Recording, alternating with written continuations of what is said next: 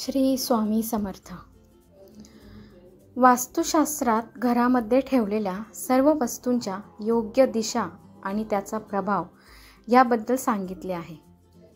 घर वास्तुशास्त्रानुसार बरोबर असेल तर घरात नेहमी सुख समृद्धी राहते, परंतु घराचं वास्तुशास्त्र नीट नसेल तर त्या व्यक्तीला विविध प्रकारच्या अडचणींना सामोरे जावे लागू शकते।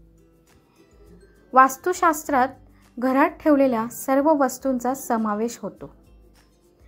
घराघरातील महत्त्वाच्या वस्तूंपैकी एक वस्तू म्हणजे साफसफाईसाठी वापरला जाणारा झाडू आणि पोछा, त्याला आपण मॉप सुद्धा म्हणतो।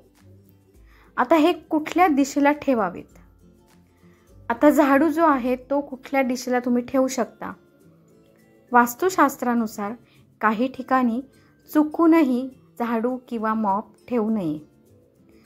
या ठिकाणांमध्ये देव्हारा म्हणजे आपलं देवघर जे असतं ते, त्यानंतर किचन, घरातील शयनकक्ष म्हणजे आपला बेडरूम यांचा समावेश होतो।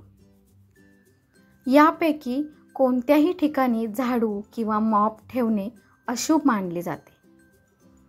वास्तुशास्त्रानुसार झाडू घराच्या वायव्य किंवा पश्चिम कोपऱ्यात ठेवता येतो, परंतु झाडू घराच्या ईशान्य किंवा आग्नेय दिशेला ठेवू नका। ईशान्य कोपऱ्यामध्ये आपलं देवघर असतं, त्यानंतर आग्नेय दिशेला आपलं किचन असतं। या दिशेला झाडू ठेवू नका। झाडूला लक्ष्मी मानलं जातं, परंतु ती केवळ काही खास प्रसंगीच पूजली जाते। सामान्य दिवशी पूजास्थळी झाडू ठेवल्यास नकारात्मक परिणाम दिसून येतात। झाडू कधी पण लपवून ठेवावा। झाडू किंवा मॉप बाहेरील लोकांच्या नजरेत येणार नाही अशा ठिकाणी ठेवावेत। घरामध्ये येणाऱ्या कोणत्याही व्यक्तीची नजर थेट त्यावर जाऊ नये अशा ठिकाणी या दोन्ही वस्तू ठेवाव्यात। याशिवाय झाडू हा कधीही उलटा किंवा उभ्या स्थितीत ठेवू नये। झाडू नेहमीच खाली आडवा पाडून ठेवावा।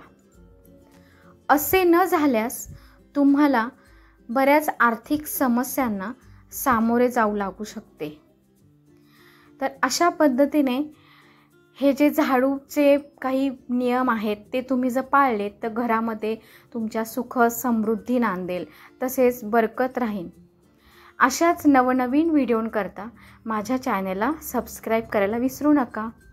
या चॅनलवरती सगळे धार्मिकच व्हिडिओ येणार आहेत आणि व्हिडिओ तुम्हाला आवडला असेल तर व्हिडिओला एक लाईक नक्की करा आणि व्हिडिओ बघण्यासाठी तुमचे खूप खूप मनापासून धन्यवाद। श्री स्वामी समर्थ।